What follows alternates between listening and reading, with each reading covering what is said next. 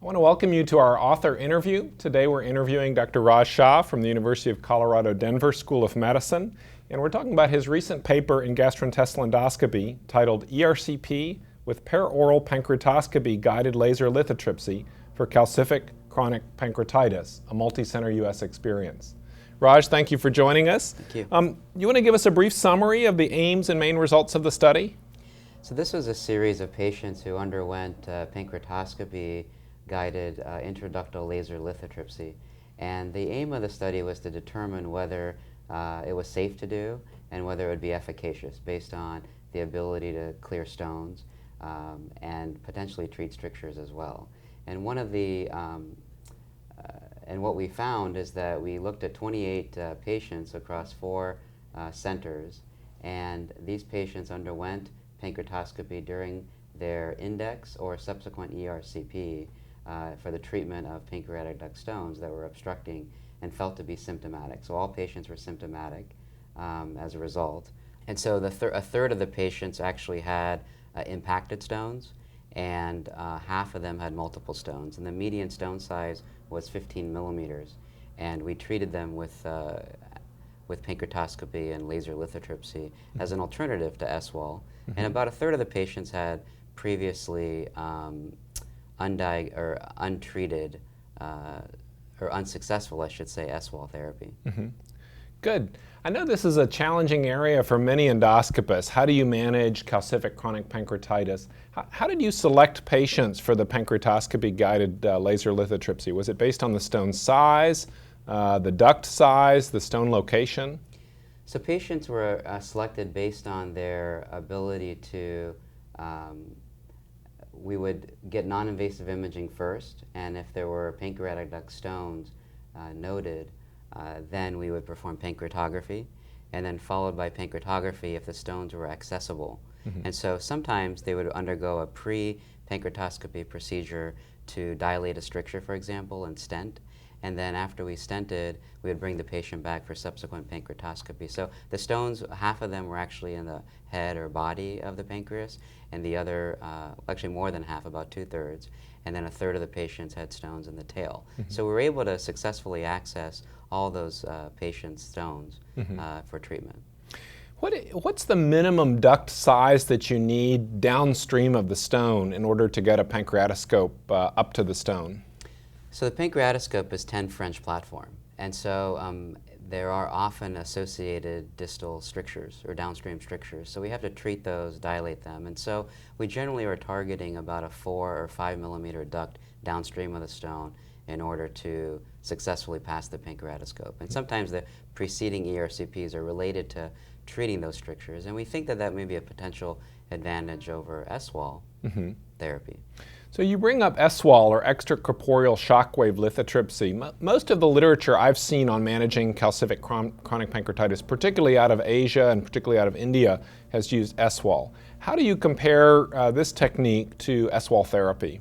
So Swall therapy, the studies that you're referring to have primarily commented on the technical success of fragmentation. And clearance of the duct will depend on whether they've done follow-up ERCP or not to remove stone fragments. And that range of clearance can be anywhere from 50 to 100%. But many times these patients are undergoing multiple Swall sessions that may be with general anesthesia. And there can be stone recurrence rates that can develop as well. The other potential downside with Swall is that you can't treat the downstream strictures. And I think in one of my biases with ERCP is that you can treat the downstream strictures, dilate and stent them, and if you adequately treat them, it could theoretically reduce the risk of stone recurrence. And at the time of the index ERCP or the one after that, we can perform both intraductal lithotripsy and remove stone fragments. And when we're doing Swall, you often will follow that with ERCP to treat strictures and remove stones. So the theoretical advantage, and we don't address that necessarily in this study, but the theoretical advantage of pancreatoscopy is that at the time of ERCP, when you're removing the stones, you can do intraductal lithotripsy at the same time. So given those issues, as you look at a patient who's presenting to you with chronic calcific pancreatitis, what's the ideal patient for pancreatoscopy-guided laser lithotripsy? So they would be a patient symptomatic, usually narcotic requiring or hospitalizations have occurred as a result of their chronic calcific pancreatitis. They're no longer actively drinking if alcohol is a component. We educate them on smoking, because smoking has been associated with chronic pancreatitis as well. And if they have obstructive, not only symptoms, but obstructive anatomy.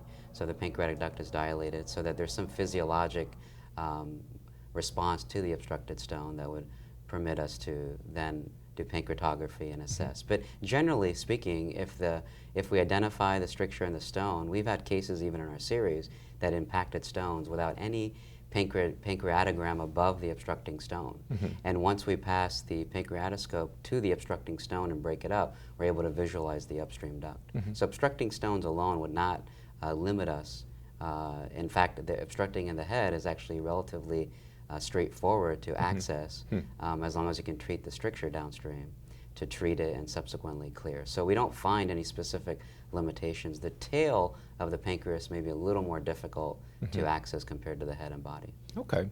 And my last question, I understand you did this with the original form of the single operator cholangiopancreatoscope, fiber optic device. There's now a new digital device. How do you think that will change the landscape of doing this procedure? So I think the visualization is improved, is enhanced, and we've done some benchtop testing comparing those two systems, the digital and the fiber optic single operator system. And the visualization is better, so that sometimes in the pancreatic duct there's a fair amount of scar tissue. And with the older version of that system, we were sometimes uncertain what was stone and what was fibrotic scarring in the pancreas. And now that seems to be pretty easily distinguishable. The other aspect of it is the articulation of the system. I think that the articulation is better, and there's a more fixed exit point of our devices, such as laser lithotripsy.